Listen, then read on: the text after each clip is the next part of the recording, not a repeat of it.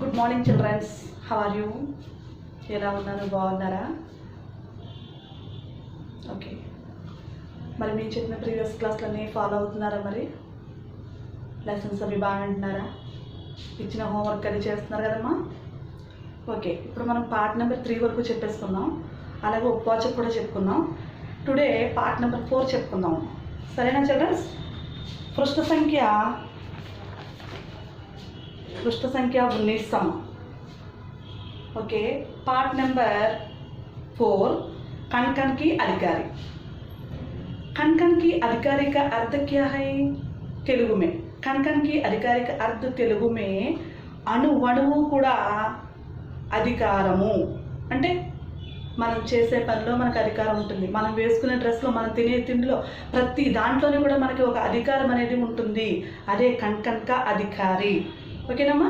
कण कण की अधिकारी का कवि का नाम क्या है? श्री रामधारी सिंह दिनकर। श्री रामधारी सिंह दिनकर। ఓకేనమ్మా? నెక్స్ట్ ఇప్పుడు उन्मीकीकरण చూడమ్మా। सूत कताते वे गांधी जी का कपड़ा बनाते थे, चुनता थे अनाज के कंकर, चक्की पीसते थे। ऐसा का उनका आश्रम गांधी जी के लिए पूजा के समान का श्रम। ओके, सूत कताते गांधी जी का कपड़ा बुनाता है। गांधी जी क्या करता है? गांधी जी कपड़ा बुनाता है और शांति के रहने वाले उद्यमकार होते हैं हमें भारत में। ओके, चुनता ने अनाज के कंकर चक्की पीसते हैं। चक्की क्या करता है? चक्की माने मोटर। मोटर माने तेलुगु में ఒక గ్రైండర్ లాంటిది. అది ఏం చేస్తున్నారు? చక్కి ఏం చేస్తుంది? కంకర్ చక్కి పిస్తే హై. అటువంటి రాళ్ళైనా సరే, రప్పడైనా సరే, పప్పులైనా సరే, దేన్నైనా పీస్ మొక్కల కింద పిండి కింద చేసేస్తుందట. అలాగే ఐసాగా ఉన్కా ఆశ్రమ్, అలాంటి ఆశ్రమం ఒకటి ఉన్నది. आश्रम ఏంటో చూడడమా? गांधी जी के लिए पूजा के समान का आश्रम। हाँ, पूजा किससे होता है? श्रम से समान होता है। श्रम किससे समान के देते हैं? पूजनीय होते हैं। अपने पढ़ाई में अधिक मेहनत करने वाले हैं ना, अधिक सफलीकृत मिल सकते हैं। ఎవరైతే మనం కష్టపడి చదువుకుంటామో వాళ్ళకి అత్యధికమైన ఫలితం వస్తుంది. కష్టపడ్డ ప్రతి ఒక్కరికి కూడా సఫలీకృతం వస్తుందని దీని యొక్క అర్థం. ఓకేనా? ఇప్పుడు క్వశ్చన్ చూడండమ్మా. गांधी जी क्या क्या करते हैं? गांधी जी सूत कताते हैं और कपड़े बनाते हैं। सूत कताते के द्वारा कपड़े बनाता है और शांति की रहने वाले फाइल होते हैं हमें भारत में। नेक्स्ट क्वेश्चन, गांधी जी के अनुसार पूजनीय क्या है? गांधी जी के अनुसार अपना श्रम होता है। श्रम के अनुसार पूजनीय होता है। आंसर श्रम। नेक्स्ट थर्ड क्वेश्चन, हमारे जीवन में श्रम का क्या महत्व है? यस, हमारे जीवन में श्रम का बहुत महत्व है, क्योंकि यस श्रम ही सफलता की कुंजी है। पहले श्रम की सफलता ही कुंजी होती है और संपन्न होती है इसके द्वारा। అసలైన రహస్యం ఏంటో తెలుసమ్మా? ఎవరైతే కష్టపడి చదువుతారో అదే మనం నిజమైన తాళపు చెవి. అంటే కీ. మనం కష్టపడడంలోనే మన యొక్క ఆన్సర్ ఉంది. అదే ఇస్కే ద్వారా సంపన్న హోతి హై. దాని ద్వారానే మనకి ఎన్నో ఎక్కడ చదువుకుంటామో అక్కడే మనకు సంపద ఉంటుంది. చదువు అనేది మన యొక్క జీవితంలో ఒక పార్ట్. అందుకే అందరూ కూడా చదవాలి, అందరూ ఎదగాలి, అందరూ ముందుకు రావాలని యొక్క దీని యొక్క ఉద్దేశం. ఓకేనమ్మా? నెక్స్ట్ చూడండమ్మా, ఉద్దేశం చూడండమ్మా. सामाजिक काव्य सृजन की प्रेरणा है। साथ साथ छात्रों के समाज कल्याण व उदारता भी भावना का विकास करना और उन्हें श्रम का महत्व बताकर उनके पर आगे बढ़ने की प्रेरणा देना इस पाठ का उद्देश्य है। ఈ పాఠం యొక్క ఉద్దేశం ఏంటంటే మన యొక్క దైనందిన జీవితంలో మన యొక్క ప్రజ్ఞాపాఠవాలు బయటకు తీసుకురావాలి. అంటే మనం ఏం చేయాలి? పిల్లలు బాగా చదువుకోవాలి. మనలో క్రియేటివ్నెస్, బోల్డ్ అంత క్రియేటివ్నెస్ ఉంది. ప్రతి ఒక్కరూ కష్టపడాలి. ప్రతి దాన్ని మనం సూక్ష్మంగా తెలుసుకునేలాగా మనం సంసిద్ధంగా ఉండాలి. అలాగే సమాజ్ కళ్యాణ్ కా ఉద్ధారణ पहले दिन में सवेरे दिन में नींद सोता है ना. ఎవరైతే ఎర్లీ మార్నింగ్ లేస్తారో లేచి వాళ్ళ పనులు చేసుకుని చదువుకోవాలి, ప్రతి సబ్జెక్టు చదవాలి, దాని ద్వారా మనకు మంచి మార్కులు వస్తాయి. అలాగే ఇక్కడ ఇంకా ఏమంటారు, సాత్ సమాజ్ కా కళ్యాణ్ కా ఉద్ధారిత్. మరి పూర్వం మనం ఓల్డెన్ డేస్లో చూస్తే మరి గాంధీ మహాత్ముడు, అలాగే అబ్దుల్ కలాం గారు, అలాగే మరి మన రాజ్యాంగం రచించినటువంటి రైటరు మన డాక్టర్ బిఆర్ అంబేద్కర్ గారు, వీళ్ళందరూ కూడా ఎంతో కష్టపడి వాళ్ళు అణువణువు కష్టపడి పైకి వచ్చిన వాళ్ళు. అటువంటి వాళ్ళందరూ కూడా సమాజాన్ని ఉద్ధరించడానికి ఎన్నో మంచి కార్యాలు చేశారు. అలాగే ప్రస్తుతం మన పిల్లలు కూడా, మన స్కూల్ పిల్లలు కూడా ఆ విధంగా తయారవ్వాలని, వాళ్ళ బాటలో నడవాలని ఈ పద్యం యొక్క సారాంశం. అలాగే ఇస్ భావనగా వికాస్ కర్ణ, మనలో అనేక రకాలైన ఫీలింగ్స్ ఉంటాయి, అవన్నీ గ్రోత్ చెందాలంటే మనం ఇటువంటి పద్యాల ద్వారా, లెసన్స్ ద్వారా మోరల్ వాల్యూస్ తెలుసుకోవాలి. అలాగే ఇంకా ప్రగతి పదంలో ముందంజ వేయాలంటే మహత్వ బతాకర్ ఉస్కే పథ్ పర్ ఆగే బడ్నేకే ప్రేరణ దేతే హై. అందరూ కూడా ఈ వేలో నడుచుకుని చక్కగా ప్రతి ఒక్కరికి ఇన్స్పిరేషన్గా నిలవాలని ఈ పాఠం యొక్క ముఖ్య ఉద్దేశము. నెక్స్ట్ చూడమ్మా, విధా విశేష్. हर कविता की अपनी अपनी विशेषता होती है. ఈ పద్యం చాలా దాని యొక్క విశేషం చాలా ఉంది. इसकी विशेषण ఓజపూర్ణ వ ప్రేరణాపద్ భాష హై. ఈ పద్యం ద్వారా మన అందరికీ కూడా మంచిగా మనం ఇంత కష్టపడాలి, ఇంత కష్టపడి చదువుకోవాలి, ఇంత కష్టపడి పని చేయాలి, ఇంత కష్టపడి వెళ్ళాలి, ప్రతి విషయంలోని, ప్రతి పనిలోని, ప్రతి మూమెంట్లో మనం కష్టపడడం నేర్చుకోవాలని దీని ద్వారా మనకి కవి చెప్తున్నారు. అలాగే దీని ద్వారా ప్రతి ఒక్కరికి ఇన్స్పిరేషన్గా నిలవాలి, ప్రేరణాదాయక అంటే ఇన్స్పిరేషన్గా నిలవాలి. ఓకే, అకేలీ కా ఆద్మీ హోతా హై ఔర్ ఏకైక వ్యక్తిగా నిలవాలి ప్రపంచంలో. ధ్రువతార చూడండి, ఆకాశంలో ధ్రువతార దానికి స్పెషల్, అలా ధ్రువతారలో నిలిచిపోవాలి. ప్రతి దానికి ఒక స్పెషల్ అనేది, అలా స్పెషల్గా మనం ఉండాలంటే మనం కష్టపడి పని చేయాలి, కష్టపడి చదువుకోవాలి, కష్టపడి వెళ్ళాలి. इसके कवि डॉक्टर रामधारी सिंह दिनकर है. इनकी प्रसिद्ध रचना कुरुक्षेत्र में वह कविता भी ली है. ఈ కవితను ఎవరు తీసుకొచ్చారు? మన కవి గారి పేరంటే మన డాక్టర్ రామధారీ సింహ్ దినకర్. इनकी प्रसिद्ध रचना, किसकी प्रसिद्ध रचना?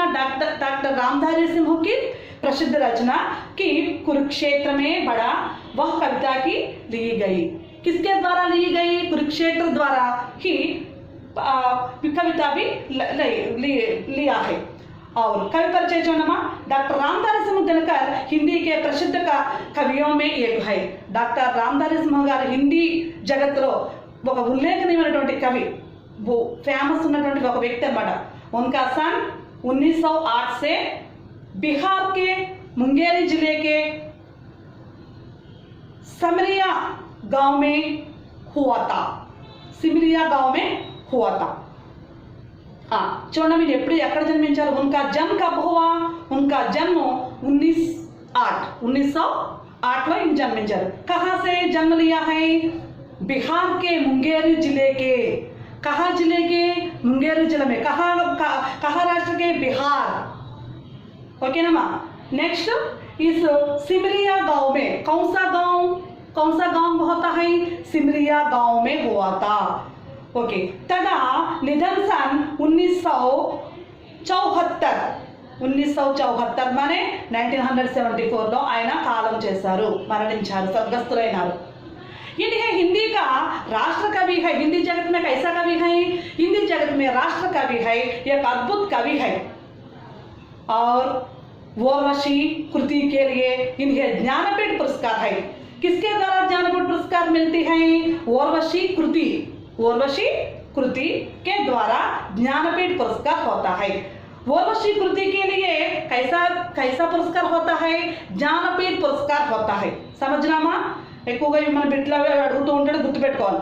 నెక్స్ట్, सम्मानित किया गया है रेणुका, कुरुक्षेत्र, रश्मिरथी, परशुराम की प्रतीक्षा, रसवंती आदि इनकी प्रमुख रचना है. किन किन रचनाएं होता है? रेणुका, कुरुक्षेत्र, रामधारी, नेक्स्ट रश्मिरथी, परशुराम की प्रतीक्षा, रसवंती आदि इनकी प्रमुख रचनाएं हैं. అమ్మా అర్థమైంది కదమ్మా. నెక్స్ట్ పేజ్ చూడమ్మా. అప్పుడు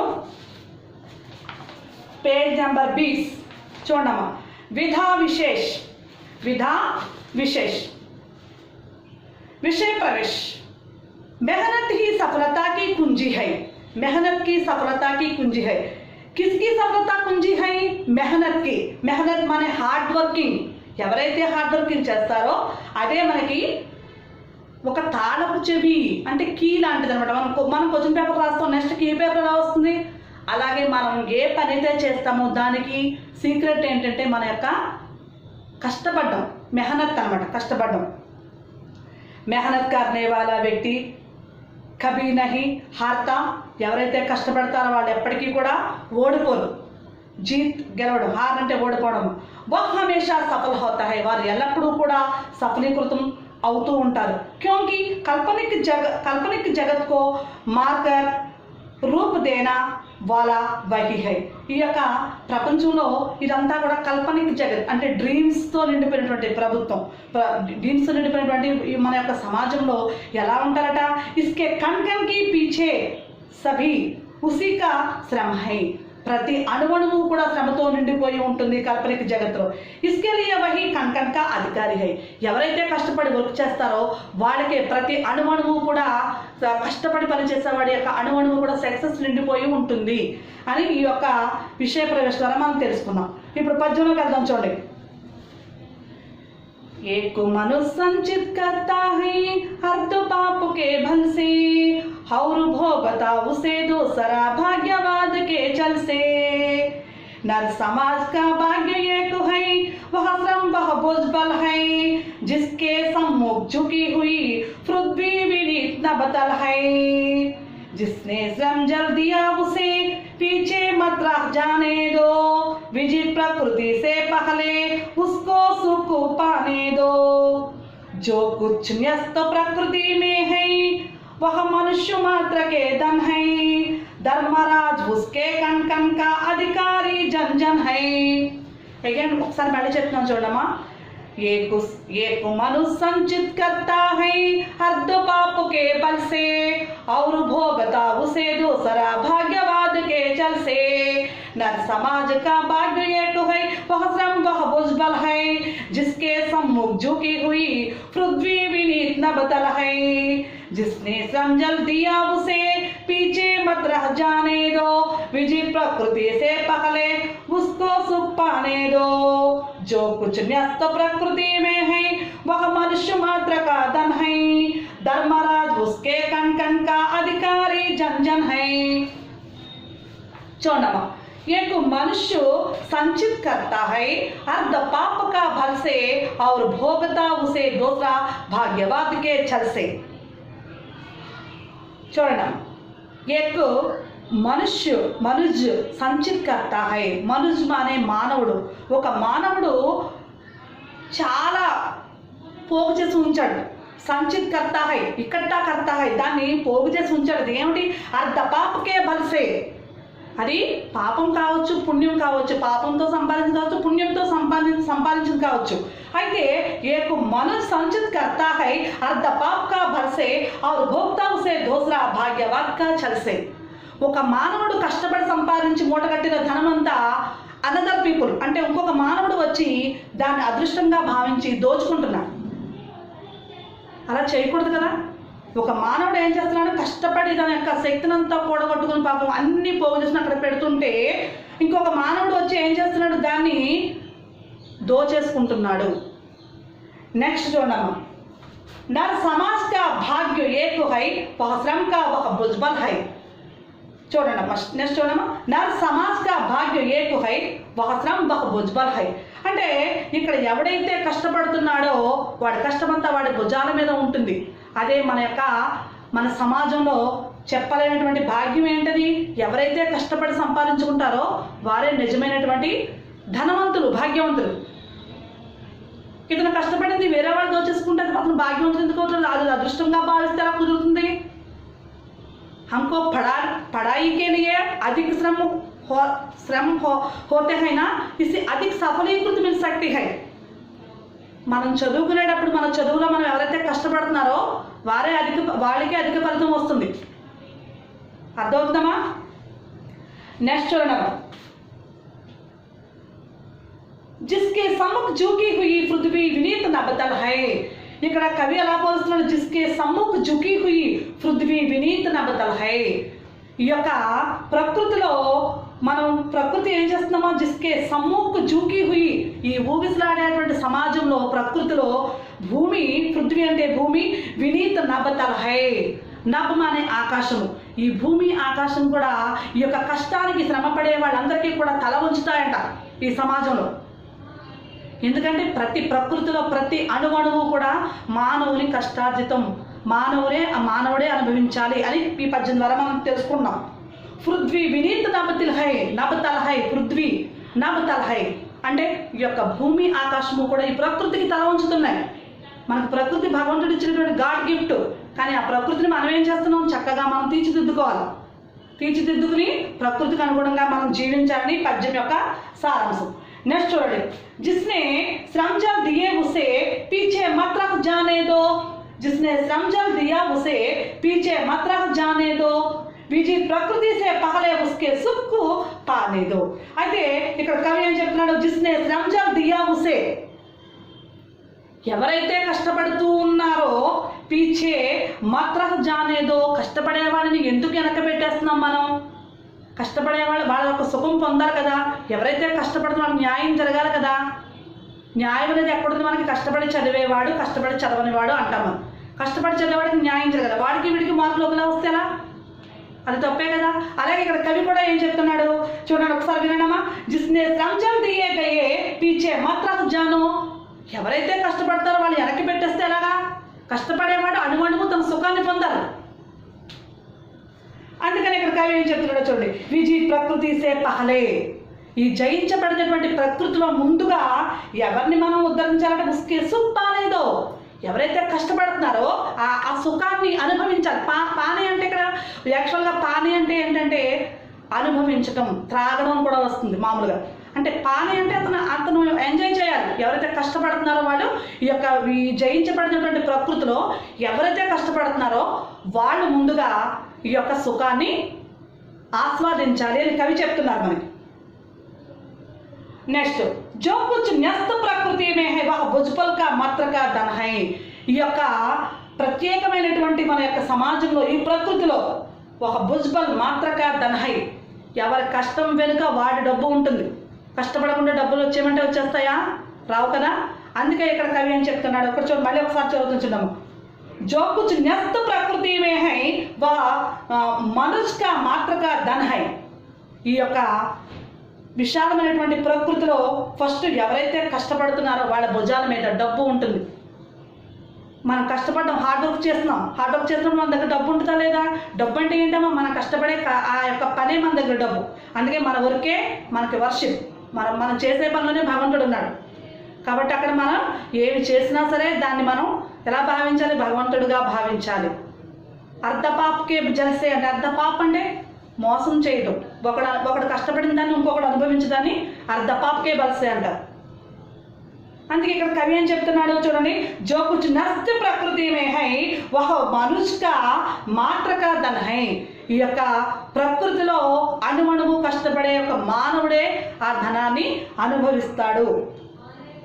నెక్స్ట్, ధర్మరాజు ఉస్కే కంకన్ కా అధికారి జన్ జన్ హై, ధర్మరాజు కూడా ఏం చెప్పారు, ధర్మరాజు మన భారతదేశంలో ధర్మం 4 వైపులో నడుస్తుందని ధర్మరాజు గారు ఏం చెప్పారు, ఎవరైతే కష్టపడే ప్రతి మానవుడు కూడా అణువణువు కష్టపడతారో అటువంటి వాళ్ళే నిజమైనటువంటి మానవులు అని అర్థం. అందరికీ అర్థమైంది కదా, ఈ పద్యం అందరికీ అర్థమైందని అనుకుంటున్నాను. ఒకసారి పద్యం చెప్పండి అమ్మా. एक मनुष्य संचित करता है अर्ध पाप के बल से और भोगता उसे दूसरा भाग्यवाद के चल से, नर समाज का भाग्य एक है वह श्रम वह भुजबल है, जिसके सम्मुख झुकी हुई पृथ्वी विनीत न बदल है, जिसने श्रम जल दिया उसे पीछे मत रख जाने दो, विजित प्रकृति से पहले उसको सुख पाने दो, जो कुछ न्यस्त प्रकृति में है वह मनुष्य मात्र का धन है, धर्मराज उसके कंकन का अधिकारी जन जन है. अगेन टेलिंग अम्मा मళ్ళీ చెప్పండి. एक मनुष्य संचित करता है अर्ध पाप के बल से और भोगता उसे दूसरा भाग्यवाद के चल से, नर समाज का भाग्य एक है वह श्रम वह भुजबल है, जिससे समुख झुकी हुई पृथ्वी विनीत नवतल है। जिसने श्रम जल दिया उसे पीछे मत रह जाने दो, विजित प्रकृति से पहले उसको सुख पाने दो। जो कुछ व्यस्त प्रकृति में है वह मनुष्य मात्र का धन है, धर्मराज उसके कण कण का अधिकारी जन जन है। ఈ పద్యం అందరికీ కూడా నోటెట్ రావాలమ్మా, ఎందుకంటే మనకి ఈ పద్యాల్లోనే పట్టిత్తు అపటిత్తు ఇస్తున్నాడు, పద్యిస్తాడు లేదా పద్యిస్తాడు గద్యిస్తాడు, కానీ మనం పద్య భాగంలో పద్యమే చెప్పుకోవాలి. ఈ పట్టిత్తు అపటిత్తు పద్యాల్లో పట్టిత్తు అయితే మీకు ఇది పద్యం చదువుకోవటం వల్ల చాలా యూజ్ ఉంది. పద్యం మీకు నోటెడ్ వచ్చేసింది అనుకోండి, గబగబా ఆన్సర్లు 5 మార్కులు మీరు తెచ్చుకోగలుగుతారు. అలాగే అపటిత్తు ఇచ్చినప్పుడు ఏం చేస్తారు, ఆ పద్యాన్ని క్షుణ్ణంగా 1-2 సార్లు ఒక 5 నిమిషాలు చదువుకుని అప్పుడు ఆన్సర్ చేయాలి. పక్కన మల్టిపుల్ చాయిస్ ఇస్తాడు కాబట్టి మీకు సమయ టు హామ్ దగ్గర నుంచి ఖచ్చితంగా మీకు ప్యాసేజ్లో అపటిత్తు పట్టిత్తు పద్యాలు ఇస్తాడు. అలాగే అపటిత్తు గద్యం పట్టిత్తు గద్యం. అపటిత్తు అంటే తెలియంది, పట్టిత్తు అంటే తెలిసింది. ఓకేనమ్మా. ఇప్పుడు నెక్స్ట్ మనం బోర్డు మీద రాసుకున్నటువంటి గ్రామర్ పార్ట్ చూద్దాం. చూడండి అమ్మా, ఈ పద్యం మీరు ఇంటి దగ్గర బాగా చదువుకోవాలి. ఓకేనమ్మా. చూడండి ఇప్పుడు మంచి భాషాకి బాత్. మన లెసన్ అయిపోయిన తర్వాత ఏం చేస్తామా, భాషాకి బాత్ అంటే ఏంటమ్మా, గ్రామర్ పార్ట్ మనం రాసుకున్నాం. ఇవి కూడా మనకి ఎగ్జామ్స్కి వెరీ వెరీ మోస్ట్ ఇంపార్టెంట్. ఇవి మనం ఫాలో అవ్వాలి. ప్రతి లెసన్ వెనకాల ఈ గ్రామర్ పార్ట్ మనం ఫాలో అవ్వాలి. నెక్స్ట్ ఫస్ట్ వన్ వాక్య ప్రయోగం. చూడండి, పృథ్వీ వాక్య ప్రయోగ అర్థం క్యా హై, మనం ఏదైనా ఒక వర్డ్ తీసుకుని దాని సెంటెన్స్ రూపంలో సొంతంగా ఓన్గా రాసేదే వాక్య ప్రయోగం. పృథ్వీ, పృథ్వీ माने अर्थ భూమి. భారతదేశ का పృథ్వీ पर प्रमुख स्थान है. భారతదేశంలో మన భారతదేశము ఈ భూమి మీద ప్రముఖ స్థానంలో ఉన్నది. ఓకేనమ్మా. ధన్, ధన్ माने సంపద. धन से ही सब कुछ होता नहीं है, धन से ही सब कुछ होता नहीं है. మనకి డబ్బు ఉంటేనే సరిపోదు, ఇంకేముండాలి, మనలో తెలివితేటలు ఉండాలి, జ్ఞానం ఉండాలి, చేయాలనే కాన్సన్ట్రేషన్ ఉండాలి, ఇవన్నీ ఉండాలి. ఓకేనమ్మా. నెక్స్ట్ సెకండ్ రోమన్ పర్యాయ శబ్దం. పర్యాయ శబ్దం అనే ఒక శబ్దానికి 2-3 అర్థాలు వచ్చేదాన్ని పర్యాయ శబ్దం అంటారు. ఓకేనా. First one Jan. జన్ అనే లో, జనత, ప్రజ, ఈ 3 ఒకటేనమ్మా. ఓకేనా.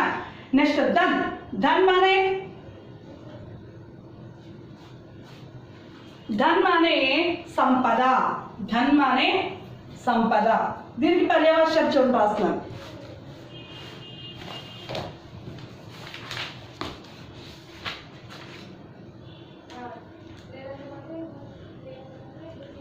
धन माने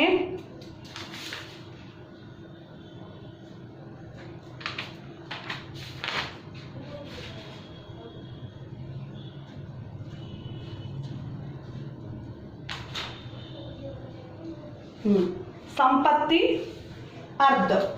संपत्ति, अर्थ.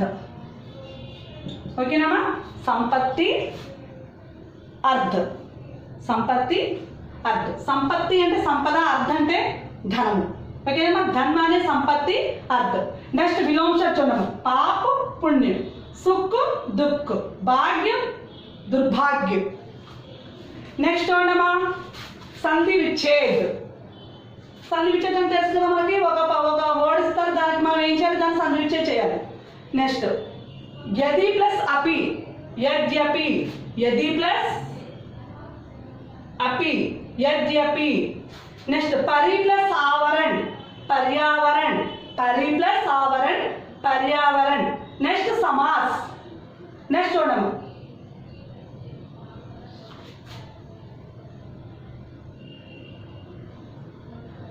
భుజ్బల్. భుజ్బల్ కి సమాసం ఎలా రాయాలమ్మా, సమాసం అంటే తెలుసు కదా మీకు, ఏదైనా ఒక వర్డ్ వచ్చి దానికి సమాసం రాయమంటే మనం ఇలా రాయాలి. భుజ్బల్ అంటే తత్పురుష సమాస్, నబతల్ ద్వంద్వ సమాస్. చూసారమ్మా. నెక్స్ట్ చూడండి ఒకసారి మీరు చెప్పండి. భాషాకి బాత్. ఫస్ట్ रोमन वाक्य प्रयोग. फर्स्ट वन చెప్పండి మా पृथ्वी. भारत देश का पृथ्वी पर प्रमुख स्थान है. धन, धन से ही सब कुछ होता नहीं है. सेकंड रोमन पर्यावरण, पर्याय शब्द. फर्स्ट वन जन, लोग, जनता, प्रजा. सेकंड वन धन, संपत्ति, अर्थ. थर्ड वन विलोम शब्द. पाप पुण्य, सुख दुख, भाग्य दुर्भाग्य। नेक्स्ट संधि विच्छेदन फोर्थ रोमन, यदि प्लस अपि, यद्यपि, परि प्लस आवरण, पर्यावरण, समास, भुजबल, तत्पुरुष समास, नप्तल, द्वंद्व समास। ఇప్పుడు మీరు ఏం చేస్తారంటే టుడే హోంవర్క్ ఏం రాస్తారమ్మా, పార్ట్ నెంబర్ 4 లో టుడే హోంవర్క్ ఏం రాస్తారమ్మా, హెచ్డబ్ల్యూ చూడమ్మా, भाषा की बात लो,